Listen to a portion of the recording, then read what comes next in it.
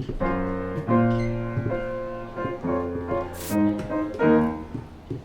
like, man, Check you out. I didn't even know you could play the piano. yeah, I know some stuff. What? A little Usher with the keys. Let me find out. Y'all. Oh my goodness. Guess who I have sitting down with me? Davinchi. Okay, so listen.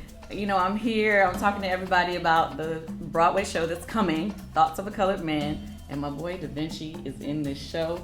Now, you are making your way to Broadway for the first time, correct? Yes. Yes, ma'am. So how is that going from television? Because right now you've been starring on, you know, All American, BMF that's, you know, doing this thing. Now, you have back-to-back projects that's coming out to the world. You have BMF, which you're starring in. You have Thoughts of a Colored Man, which you're starring in on Broadway. How does it feel having all this stuff happening at the same time? I feel like Drake.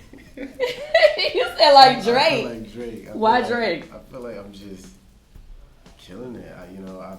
But it's God. It's all God. You know, I think thanks to God, you know, every project that I've been on, it's just literally been topping the charts. You know, Mm-hmm. All American was the #1 streaming show in the world, like with over like 1 point. It stays on the top of the Netflix top 10. Like it's like 1.8 billion minutes streamed, and like Mm-hmm. it's not even a Netflix show, you know. And every other project, you know, God has given like, you know, just so much grace. So I feel humbled, honored, and just like in awe. You know, like this is kind of scary to just think, you know, me, I'm just a little Haitian kid from Brooklyn that, you know, I just got in this game like 3-4 years ago, and you know, it's been happening like this, and I'm like, wow, this is amazing. So was it a childhood dream to become an actor, or did it just fall in place for you? It was a childhood dream. Like I always wanted to be an entertainer. Like I would watch movies, I would act it out. After we finished watching Blade, I would, you know, act like Wesley Snipes, and you know, I would watch 50 Cent videos and then write lyrics to the beats and thinking I'm like 50. You know what I'm saying? So it's like it was there, but it wasn't like tangible. It was like a one day, like some days I really believed that would be me one day, but then, you know, reality hit, and my parents was like, you go to school for medicine or whatever. And I ended up playing basketball and then just going to school, studying criminal justice, and, you know, and then I took acting as an elective, and then, you know, started pursuing my dreams in music, and then things just started like going. So wait, let's stop. I didn't know you did music. I walked in on you playing piano. Dang, I'm like, man, Check you out. I didn't even know you could play the piano. So do you sing? What do you do? I rap. Oh, you rap too. Yeah. So you rap, you act. Yeah. What else are we missing? I rap, I act, play every sport, play music. I can draw a little bit. Okay. I think my family and friends say I'm a speaker. Maybe I'm gonna develop into that one day. I don't know. You never know. A man of many talents. So, okay. With that being said, this is your first time being on Broadway. Yes. Do you have any fears of performing live in front of a live audience 6 days a week? I actually don't. Really? Like I'm not nervous about it, and I think it's because one, I performed in front of a crowd before with music, and that was like the most nerve-wracking thing. But the fact that you got the support of a great cast, the writing is great, we got a great director, we have great producers like yourself. It feels so like welcoming that I'm not afraid to be in front of the audience. If there's something I fear the success that can come out of this, but not the audience, not being in front of the crowd. I think I got rid of that after, you know, having like, you know, global success every project. It's like now it's like no, you know. Yeah. So it's like I'm not fearing that, but I mean I'm sure on the day I'm gonna get the butterflies like game day. You're right. That's not something in my head right now. Like thinking Right. about the crowd. It's like nah, I got life problems right now. I'm thinking about that. So today is the first day to get with your cast members and to do your first read through. How did it feel being with the rest of the cast? It felt great. Like finally hearing the words not from my head, from everyone else. It was dope. Like seeing it come to life. It was like the first moment I read it all over again, but like on steroids. You know, having every character there and their different swag to the characters. It really brought out so much, and it made me understand my character way more. I was like, wow, this is just the first day. Like, let's talk about your character. So in this play, 7 men in a Brooklyn barbershop, and they basically display different emotions throughout the characters. So your character's emotion is lust.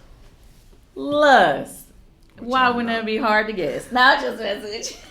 Which I did not want to play originally. You I didn't. did not. I was like, I quick Why? pass. I was like, I'm not gonna play lust. I don't ever want to play a character strictly off of my physical appearance. You know, I want to be judged off the merits of my character with the character that I play, not off of the looks. Gotcha. So the minute I saw that, and Nick is like, hey, I'm like, nah, I'm not doing it. He's like, just give it a read.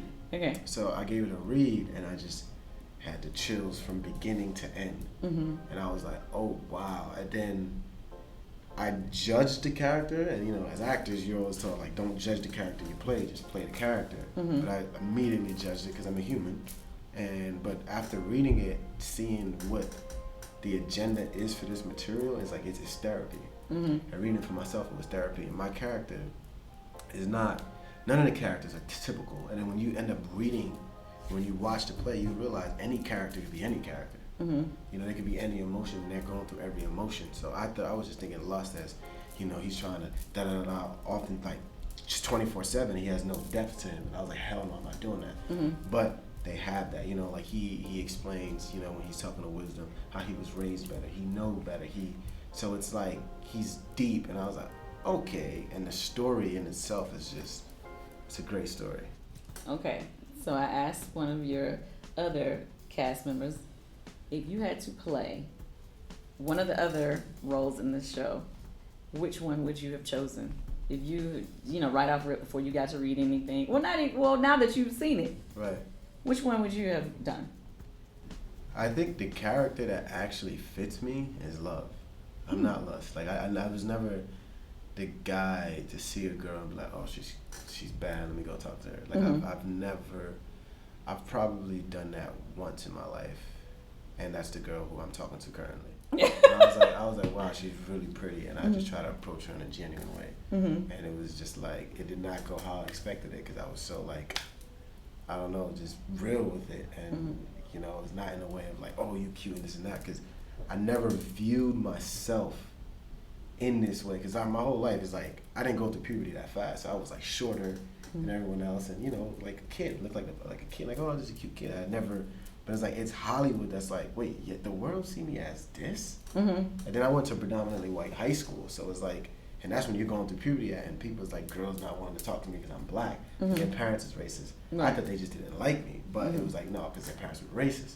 You know, so I never had this confidence with women thinking like, oh yeah, I could bag that. But people think that. I'm like, in my head, it's like I'm a fat scientist nerd from Brooklyn, like, you know what I'm saying? Not like, a fat scientist nerd. No, like it's like well, not to fat shame or anything like that, but I'm just saying like I don't view myself like that. Like like when I talk, like the shit that I research on is like, I take credit for my brains. Like, I'm smart as hell, but I would never go with like use my looks to try to get something. Okay, so with that being said, where do you pull from to present lust?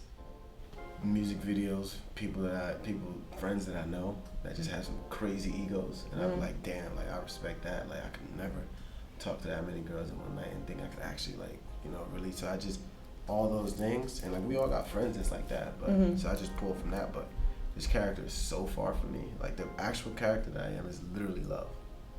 Literally, like. Well, you heard it from him. Okay. Well, I'm personally super excited for you because, I mean, for one, obviously, you know, I was a fan of the show All American. I saw you when you first came on the show, and I was like, oh, that's dope. I love you, Rolla. All that stuff. But for you to be working with you now in this capacity on this show, and to know that you also have, you know, another show that I'm looking forward to watch as well. I'm just super excited for you and everything that's to come. You know, I mean, I know this is only the beginning, and it's about to be crazy in a few months. So with that being said, guys, don't wait. Get your tickets now for Thoughts of a Colored Man at thoughtsofacoloredman.com. I'm going to be in the audience. watching these amazing actors, including my boy Davinchi. Y'all need to be in the audience with me, so get your tickets now. The show starts October 1st. The previews start. The red carpet is on October 31st. And yes, we want to see you there.